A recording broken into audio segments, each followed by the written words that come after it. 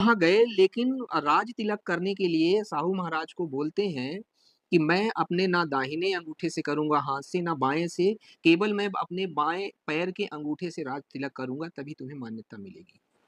ऐसा हुआ और वो जब वापस उत्तर प्रदेश आए, तो ब्राह्मण समुदाय के जो व्यक्ति थे उन्होंने ग्राम सभा बुलाई। ग्राम सभा में कौन? केवल वहाँ ब्राह्मण ही रहेगा। उन्होंने सवाल किया कि आपने छत्रपति साहू महाराज को राज तिलक यानी राजा बनने का दर्जा क्यों देके आए? तो उन्होंने कहा मेरे बेटियां हैं और उनकी शादी के लिए मुझे पैसे की आवश्यकता थी। मैंने ना दाहिने हाथ से ना बाएं हाथ से मैंने राज तिलक नहीं किया, बल्कि पैर के अंगूठे से मैंने, वो भी बाएं पैर से किया। बोले तुमने तो राजा बनने की मान्यता दे दिया ना, इसलिए तुम्हें सामाजिक सजा मिलेगी। और वो व्यक्ति जो राज अभिषेक कराने गया था, पूरे गांव की पंचायत ने मिलकर कत्लेआम कर दिया गया। तो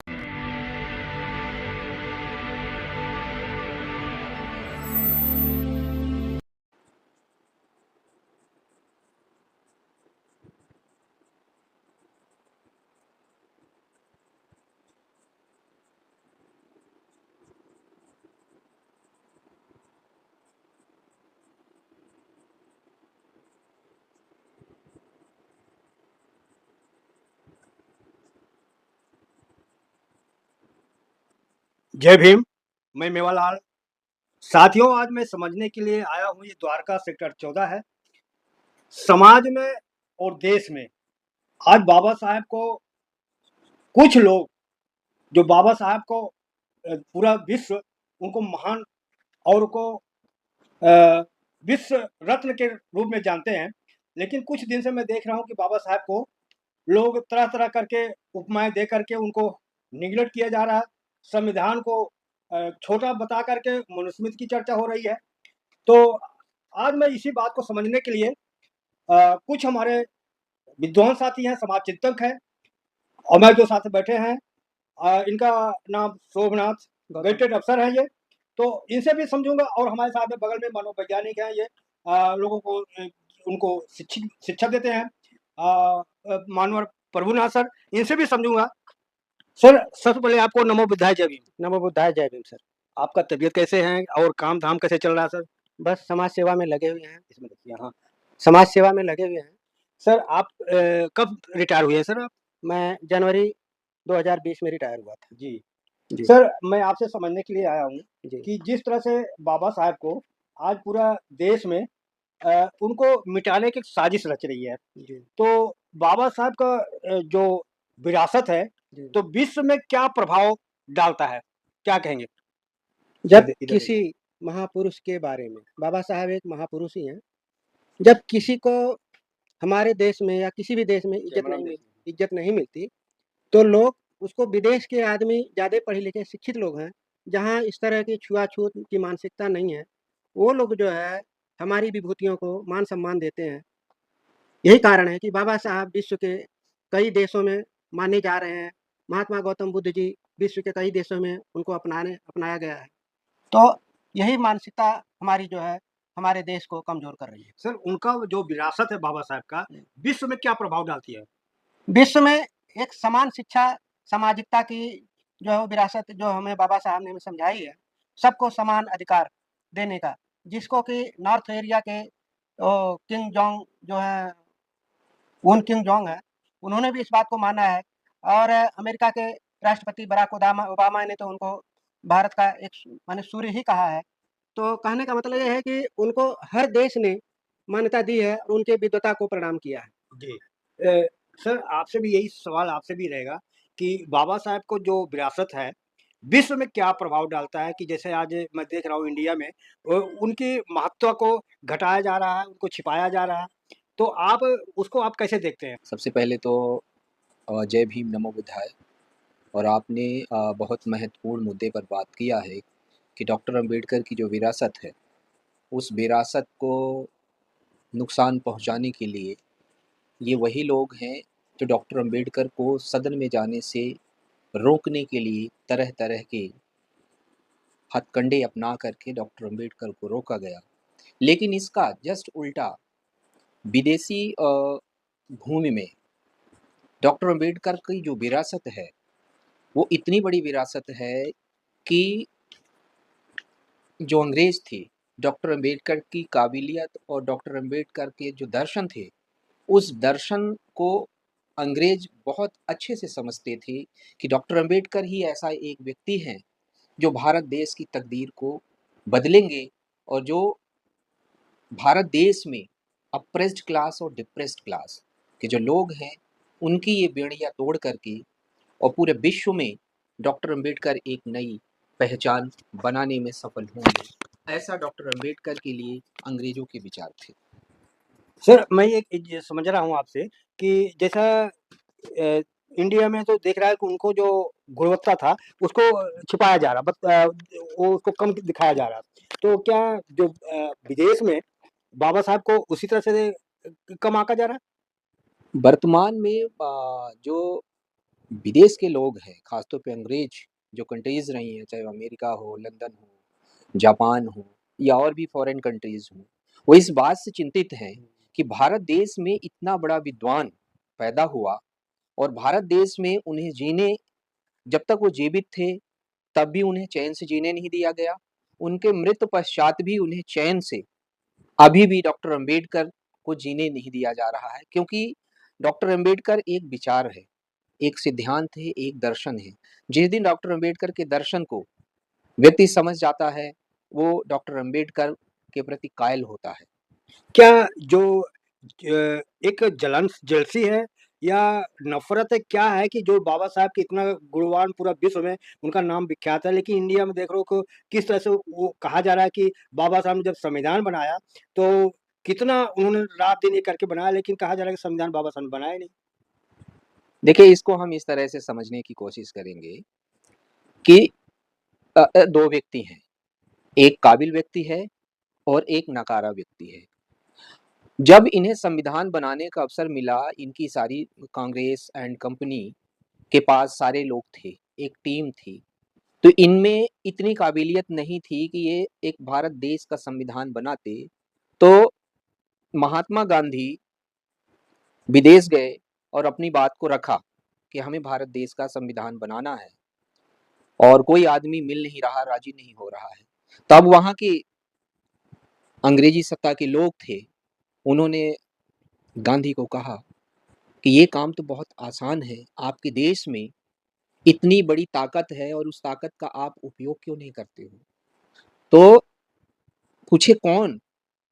बोले अरे डॉक्टर अंबेडकर आपकी धरती में पैदा हुआ व्यक्ति, पूरे विश्व पटल में अपनी पहचान है और हम लोग उन्हें बहुत रिस्पेक्ट देते हैं, आप क्यों नहीं प्रयास करते हैं? तो गांधी ने कहा कि ठीक है, हम देखते हैं। क्योंकि गांधी के मन में एक बैठा हुआ एक जो जातिवाद का ज़हर था, जातिवाद का ज़हर था, वो ज़हर डस रहा था बार-बार कि मैं एक नीच आदमी को, एक अछूत आदमी को कैसे संविधान लिखने का या संविधान में उसे कैसे हम दर्जा दे सकते हैं। तो ये जो बात है कि विश्व पटल में और भारत देश में ये वही लोग हैं, जो काबिल ना होते हुए भी अपने आप को काबिल बताते रहे और डॉक्टर अंबेडकर की हर किए हुए कार्य को दबाते रहे। इसलिए 70 सालों, 75 सालों में before the independence, after the independence, पहले तो इन्होंने साठगांठ अंग्रेजों से किया, फिर अंग्रेजों के जाने के बाद ये सत्ता अपने हाथ में रखी और बहुजनों को बढ़ने का अधिकार नहीं दिए। वो जानते थे कि इनमें काबिलियत है, किसी काबिल इंसान का कत्ल करना बस उनके हाथ में इतना कह दो कि ये काबिल नहीं है, काबिल नहीं है। चूँकि उनके पास साधन से संसाधन थी, शिक्षा थी, तो आम लोगों के बीच, आम लोगों का मतलब ये है कि जो बहुजन समाज के लोग थे, एससी थे, एसटी थे, ओबीसी थे, माइनॉरिटीज़ के लोग थे, सिख हैं, बुद्धिस्ट हैं या जैन लोग हैं, डॉक्टर अंबेडकर का दर्शन या डॉक्टर अंबेडकर के समकालीन जो रहे हुए व्यक्ति रहे हैं, जिन्होंने समाज उत्थान में योगदान दिया, उनको विरासत यानी इतिहास से मिटाने का काम किया है। इसलिए भारत देश की जो ब्राह्मणी व्यवस्था है, डॉक्टर अंबेडकर या उनके साथ समकालीन जो काम करने वाले आदमी थे, उनको दबाने का काम किया है। इसलिए भारत देश में अभी भी जो वर्तमान की सरकार है, डॉक्टर अंबेडकर की हर दस्तावेज को खत्म करना चाहती है। दीक्षा कहाँ पे हुई है?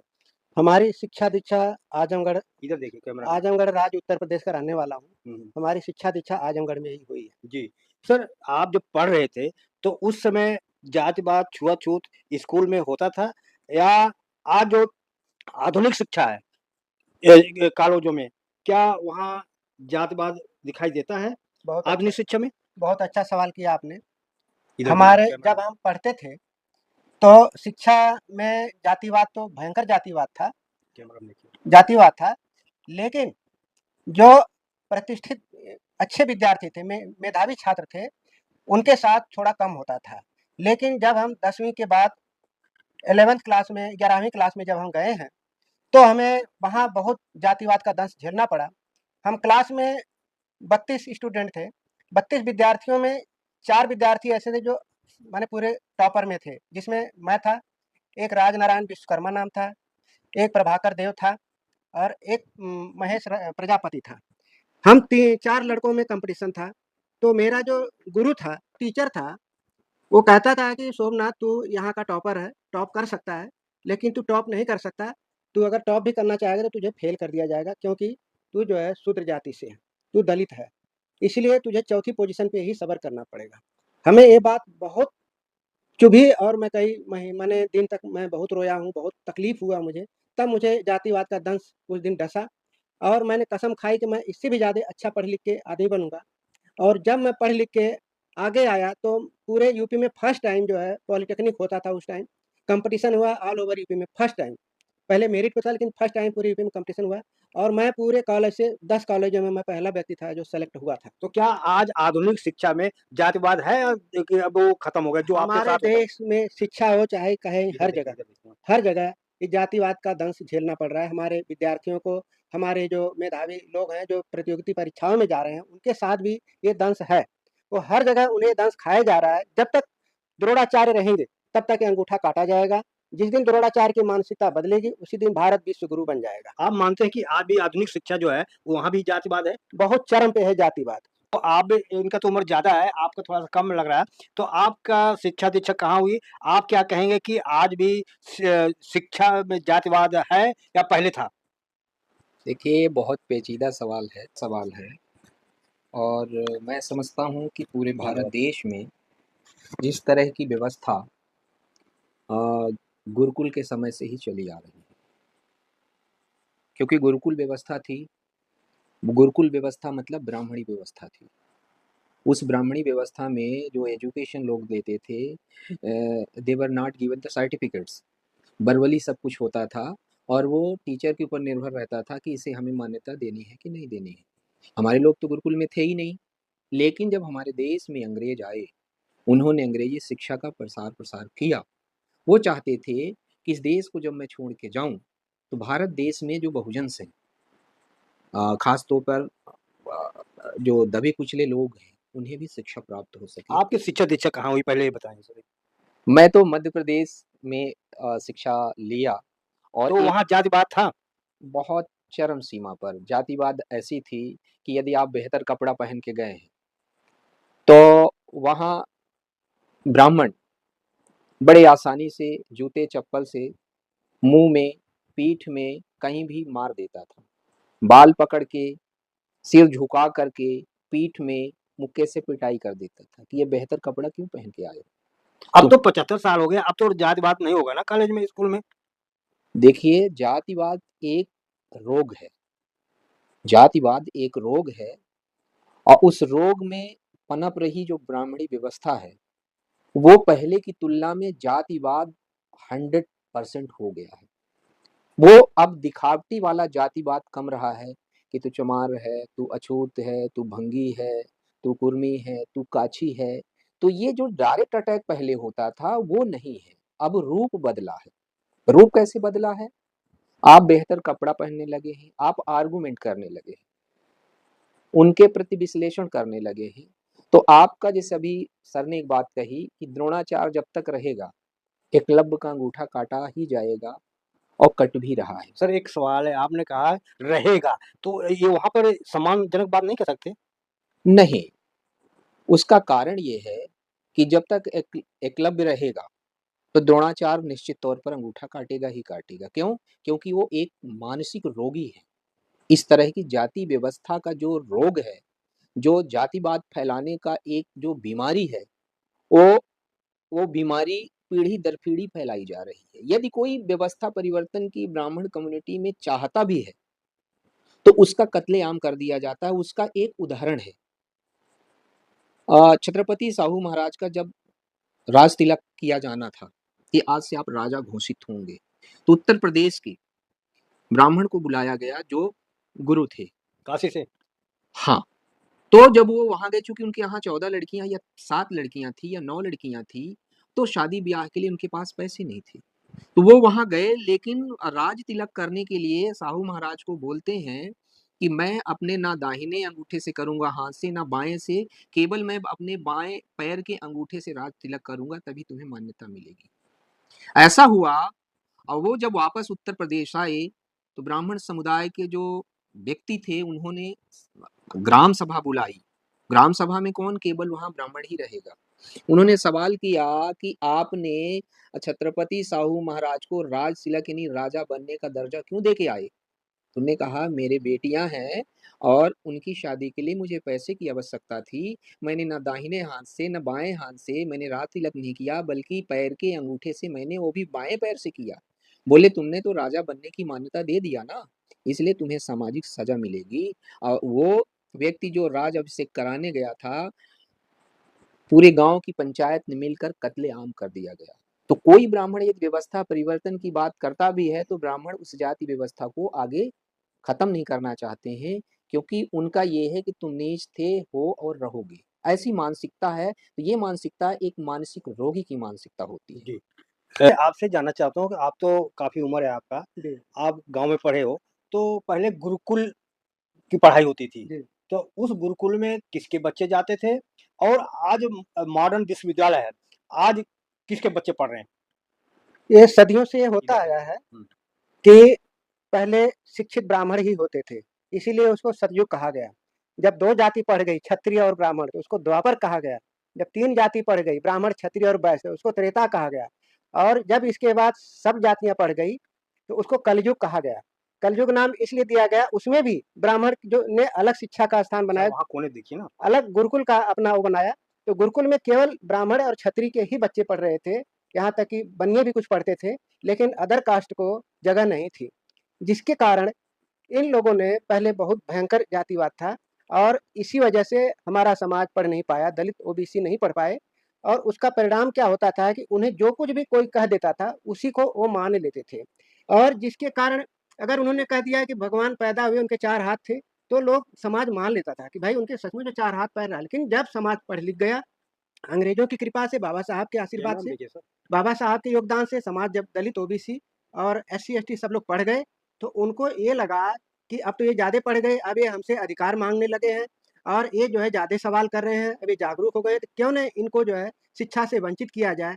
इसीलिए अभी ताज़ा-ताज़ा उदाहरण है उत्तर प्रदेश सरकार का आपके सामने कि 27,000 शराब के ठेके खोले गए और 27,000 स्कूल बंद करने की तैयारी है और शुरू भी हो चुका है। सर, मेरा सवाल का उत्तर नहीं दिए आप। जी, मैं कह रहा हूँ कि पहले गुरुकुल में आप बताया कि 3 समाज के ब्राह्मण, क्षत्रिय, वैश्य के बच्चे पढ़ते थे। जी। लेकिन आज जो विश्वविद्यालय है, हाँ, उनमें कौन बच्चे जा रहे हैं पढ़ने के लिए? उसमें समस्त जाति के बच्चे पढ़ रहे हैं और हर जाति के बच्चे पढ़ लिख के देश में भी, विदेश में भी अपना नाम रोशन कर रहे हैं। बहुत से चर्चा बीच-बीच में आ जाता है कि पहले गुरुकुल परंपरा थी, नहीं, नहीं। गुरु और शिष्य की बात नहीं, परंपरा नहीं। थी, तो लोग कदर करते थे। नहीं, आज गुरुकुल होता है, तो ये जो बच्चे आज नहीं। हमारा हो रहे हैं, तो नहीं होते हैं। आज अगर गुरुकुल होता तो समाज उसी कुरीतियों में ही उलझा होता और समाज आज तरक्की नहीं करता, न भारत इतना उन्नत होता। जी। आज इसी वजह से महिलाओं को भी पढ़ने का मौका मिला, दलित और अशिक्षित वंचित लोगों को भी मौका मिला, जिससे समाज बहुत ज़्यादा तरक्की किया है।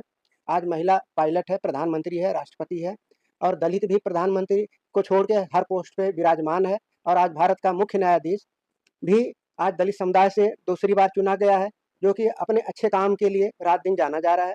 इसकी सराहना हम करते हैं। जी। साथियों, मैं आज इस टॉपिक पे चर्चा इसलिए कर रहा हूँ, समाज में भ्रम फैलाया जा रहा है कि पहले होता था, अब जात-पात नहीं होता। तो इसके खुलासा करने के लिए हमारे दोनों विद्वान हैं, ये सामाजिक कार्यकर्ता हैं, इनसे समझने के लिए आया हूँ कि आखिर इनका क्या मानना है? सर आप जो आपका क्या मानना है, इनका जो कहना है कि पहले गुरुकुल में जाते थे ब्राह्मण क्षत्रिय वैश्य के बच्चे जाते थे, लेकिन आज जो विश्वविद्यालय है कि जो बाबा साहब का संविधान काम कर रहा है, तो सबके बच्चे पढ़ रहे हैं। आपका क्या मानना है इसमें? देखिए, संविधान का ही अधिकार है कि ज़ुबान जो बंद थी, वो ज़ुबान खुली है और डॉक्टर अंबेडकर के संविधान की बदौलत है, जिसकी वजह से भारत देश में अंग्रेज़ों के जाने के बाद बहुतायत मात्रा में विश्वविद्यालयों में और महाविद्यालयों में, विद्यालयों में बहुजन समाज के लड़के-लड़कियों को पढ़ने का अवसर मिला। अवसर तो मिला, लेकिन द्रोणाचार मौजूद रहा निरंतर। तो उन्हें कि ठीक है, पढ़ रहे हो, पढ़ो, लेकिन तुम्हें वो ऊँचा दर्जा नहीं मिलेगा। उनके मार्क्स काट लिए जाते हैं, प्रेज़ेंटेशन के नंबर कम दिए जाते हैं। मतलब उन्हें हीन दिखाने के लिए, उन्हें भिखमंगापन दिखाने के लिए आज भी द्रोणाचार भारत देश के प्रत्येक सरकारी संस्थानों में और प्रत्येक प्राइवेट संस्थानों में द्रोणाचार आज भी मौजूद हैं, जिसकी बदौलत अब ये एक सवाल यहाँ पर आ रहा है, अक्सर आप सुनते हैं कि अपर क्लास के लोग, so called upper class means the ब्राह्मण, क्षत्रिय, वैश्य, उनका ये कहना है कि ये मेरिट में तो आ ही नहीं सकते हैं। मेरा सवाल ये है कि क्या आपने आपकी सरकार रही है, चाहे वो कांग्रेस की रही हो, बीजेपी की रही हो, आपने क्या समान अवसर दिया? नहीं दिया। उन समान अवसर में आपने भेदभाव किया। वर्तमान जो नई शिक्षा नीति आई है, पहले तो वो नहीं था, स्टेट गवर्नमेंट चलती थी, सीबीएसई चलती थी। अब आजकल आईसीएसई आ गया है। तो 3 प्रकार का एजुकेशन सिस्टम भारत देश में व्यवसायियों ने निर्मित कर लिया है कि तुम पहले भी नीच थे, आज भी हो और रहोगे। ऐसा एक परकोटा लगा दिया गया है, दीवार खड़ी कर दी गई है कि तुम हमारा मुकाबला नहीं कर सकते हो। जानबूझ के ऐसा किया जाता, फिर ये कहा जाता है कि तुम मेरिट में आ ही नहीं सकते हो, तुम डिमेरिट वाले लोग हो। कहने का मतलब ये है कि एक लड़का मसूरी में पढ़ रहा है, एक लड़का पढ़ रहा है मतलब बोर्डिंग स्कूल में पढ़ रहा है, एक लड़का लंदन अमेरिका में पढ़ रहा है, ठीक? और गरीब का बच्चा जहाँ दलिया मिल रही है, भीखमंगों की तरह खाना दिया जा रहा है, उन्हें अपंग बनाया जा रहा है, लड़का 12वीं किसी तरह पास हो जाता है, ठीक है, कृपांक में, तो वो इंग्लिश मीडियम जो बच्चा पढ़ा है उसका मुकाबला कैसे करेगा? रेयरली, बहुत ही पूरी दुनिया में एक आदमी कोई निकल गया, तो एक आदमी के मत्थे होता है। सर जी, मैं जानना चाहूँ कि आज बड़े-बड़े डिग्रीधारी हैं, तो क्या वो डिग्रीधारियों के अंदर भी जातिवाद है? देखिए, इसमें दिखाने के लिए तो ज़रूर कहते हैं कि हम कास्टिस्ट नहीं हैं। एक चीज़ मैंने देखा है कि क्षत्रिय समाज में मैं जिनके अंडर में पीएचडी किया, मैं एक एक दुखद घटना आपको बता रहा हूँ। जब मैं मास्टर डिग्री कर रहा था, तो उस दौरान मेरा एरिया था, मैं साइको एनालिसिस में, साइकोलॉजी का एक एरिया है साइको एनालिसिस। तो दिल्ली यूनिवर्सिटी के प्रोफेसर अशोक नागपाल, तो he is belong to the Brahmin community from he basically he is from Calcutta. तो मेरा टेलीफ़ोनिक संवाद 1 साल चला, क्योंकि वो एक्सपर्टाइज़ व्यक्ति थे, मतलब दिल्ली यूनिवर्सिटी में साइको एनालिसिस में उनका अच्छा काम था। और ये बहुत गहरा विषय था और है भी। तो मेरा उनका टेलीफ़ोनिक संवाद हुआ और उनने एक्सेप्ट किया कि okay, now I am ready to make your supervisor, कि मैं सुपरवाइज़र बनूँगा आपका और आप आ जाओ। मैं आया दिल्ली यूनिवर्सिटी, उन्होंने रिकमेंडेशन भी दिया, लाइब्रेरी के लिए अलाउ भी किया कि आप जाओ और ढूँढो अपना रिसर्च पेपर कैसे काम करना है। I was working with the 6 hour से सॉरी 6 मंथ्स, लेकिन जब उन्हें पता चला कि मैं ब्राह्मण नहीं हूँ, उनको डाउट था कि he is belong to the Brahmin community, लेकिन जब उन्हें पता चला कि he is belong to the scheduled caste, तो उन्होंने कहा मैं आपको पीएचडी नहीं करा सकता। उनको लगा कि ये ब्राह्मण नहीं है। ये दिल्ली यूनिवर्सिटी की प्रत्यक्ष घटना बता रहा हूँ। फिर मुझे ध्यान आया कि एक प्रोफ़ेसर एक सेमिनार में मिले थे और डॉक्टर हरि सिंह गौर विश्वविद्यालय सागर, बेसिकली क्षत्रिय समाज के हैं वो, और एक्सपेरिमेंटल साइकोलॉजी भारत देश में काफ़ी बड़े विद्वान माने जाते थे। मैं उनके पास गया और सारी आप बीती बताया, तो बोले कोई बात नहीं, देश जातिवादी हो सकता है, आप मेरे पास आए हो, हमारे हम तो बुद्ध की फ़िलॉसफ़ी को मानते हैं और सिद्धांत को मानते हैं, अनुशासन को मानते हैं। तो उन्होंने मुझे पीएचडी करने के लिए अलाउ किया और 5 साल तक मैं पीएचडी किया, मुझसे उन्होंने 1 दिन का भी कोई डिमांड नहीं किया। तो कहने का मतलब ये है कि ब्राह्मणी व्यवस्था से वो भी पीड़ित थे। सागर विश्वविद्यालय में ब्राह्मणी व्यवस्था से वो भी पीड़ित थे क्योंकि ऑनेस्ट आदमी थे।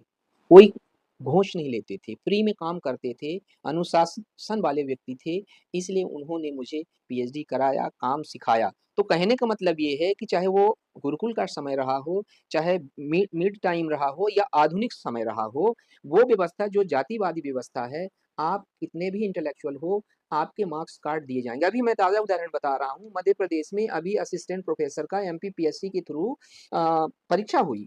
17 में हुई थी, उसमें इंटरव्यू मेथड नहीं था, तो एससी, एसटी ओबीसी के स्टूडेंट बहुतायत मात्रा में असिस्टेंट प्रोफ़ेसर बने। तब आरएसएस को लगा, बीजेपी को लगा, अरे! ये तो कॉलेज में पहुँच गए, ये तरीका ठीक हमने नहीं अपनाया, इससे बड़ा घात होगा। ठीक है सर, पहले समाज अनपढ़ था, जी। लेकिन अब क्या बड़े-बड़े डिग्रीधारी जब आ गए हैं, तो क्या वहाँ भी जातवाद आपको नज़र आता है?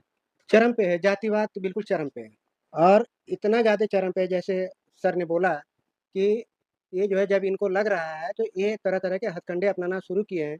पहले ये वाइवा से मारते थे, अब वाइवा से साक्षात्कार में जब ये देखे कि अब यहाँ भी ये निकल जा रहे हैं, तो इन्होंने एक नया तरीका छेड़ दिया है लेटरल एंट्री। अब लेटरल एंट्री से जो यूपीएससी से हमारे दलित ओबीसी के बच्चे जा रहे थे, उन पे रुकाव हो गया। अब वो नहीं जा सकते और टोटली बच्चे सवर्ण जो है भर्ती किए जा रहे हैं और इससे जो है हमारे दलित और ओबीसी एससी समाज का बहुत बड़ा नुकसान हो रहा है। सर, मैं आपके ये आगे सवाल इसी में जोड़ रहा हूँ, क्या अब तो समाज शिक्षित हो गया है, जी। तो सोच में बदलाव आया? नहीं, समाज में मैं समझता हूँ कि उतना बदलाव नहीं है जितना कि होना चाहिए। कह रहा हूँ कि आज समाज शिक्षित हो रहा है। आप कह रहे हैं कि मॉडर्न शिक्षा आ रहा है, तो क्या आज भी सोच में बदलाव आया कि वैसे ही पुरानी परंपरा चल रही है? नहीं, सोच में तो बदलाव बहुत कुछ आया है, लेकिन महापुरुषों का जो सिद्धांत है, उस सिद्धांत को आधुनिक युग में उसके 2 कारण हैं। एक तो एक पक्ष वो है, जो पूरी तरह से विद्वान की श्रेणी में आता है, वो अपनी तरह से काम कर रहा है।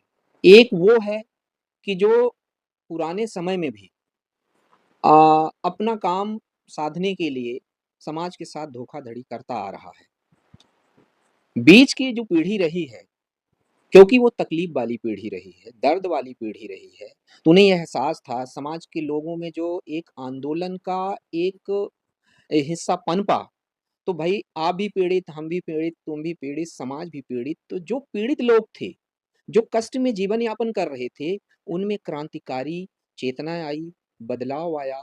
आज उन्हीं बदलाव की वजह से उन्हीं जो मध्य युग वाले लोग थे, आज से 30-40 साल वाले लोग, पहले के जो लोग थे, उन्होंने बदलाव किया।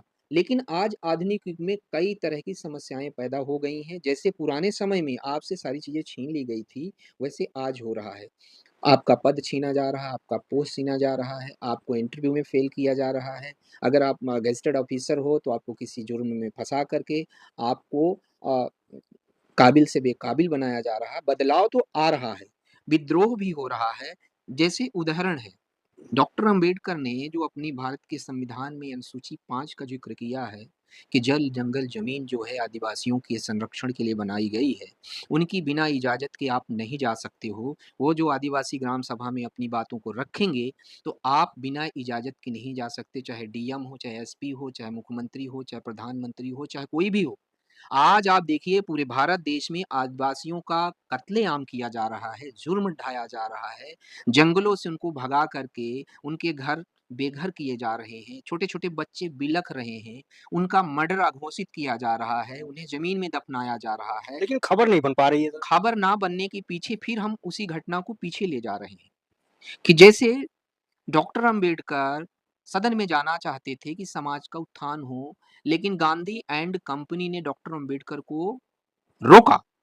अच्छा, डॉक्टर अंबेडकर किसी तरह से पश्चिम बंगाल से उन्होंने चुनाव जीता, जो वहाँ के प्रेसिडेंट थे मिस्टर जोगिंदर नाथ मंडल।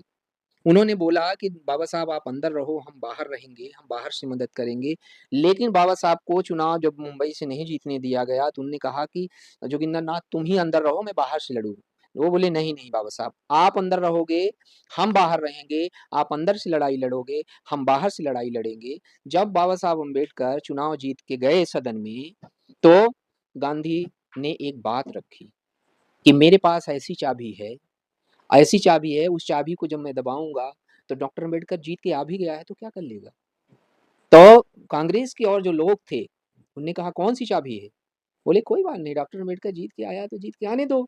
जिस खु सीट से जीत के आए हैं खुलना जालौर सीट से, उसको मैं पाकिस्तान में कर दूँगा। तो डॉक्टर अम्बेडकर क्या करेगा? तो कहने का मतलब ये है कि ये जो घटनाएँ हैं, जो घटित हो रही हैं, आप कुछ भी करो लेकिन आपको जो एक मिलना चाहिए जगह, आजकल एक बड़ा ट्रेंड में चला, मैं इसका तो विरोध करता हूँ।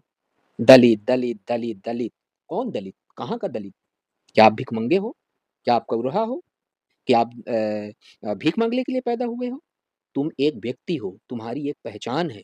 डॉक्टर अम्बेडकर ने अप्रेस्ड क्लास बोला है, डिप्रेस्ड क्लास बोला है, दलित नहीं बोला। इसको कांग्रेस सरकार रही हो, चाहे बीजेपी सरकार रही हो, एक व्यक्ति है, जैसे मुर्मू को आप ले लीजिए। एक एक व्यक्ति है, वो रही बातचीत साथियों में आपसे ये जो चर्चा किया है इसलिए किया कि समाज में बहुत सारी भ्रांतियां फैल रही हैं, उसको समझने के लिए हमारे दोनों विद्वान साथी हैं, इनसे बातचीत किया और आपका जो सवाल था वो सवाल सारे के सवाल इन सभी से लिया और उत्तर इन्होंने बखूबी दिया है और तार्किक उत्तर दिया है। और आप लोग कहाँ से देख रहे हैं कमेंट में जरूर लिखें और आपसे विशेष निवेदन है कि मेरा जो काम का फल है कि आप लोग हमारे चैनल को सब्सक्राइब करें, लाइक करें, कमेंट करें, यही आपसे मैं एक आर्थिक रूप में समझ लीजिए, सामाजिक रूप समय आप हमारी मदद करें।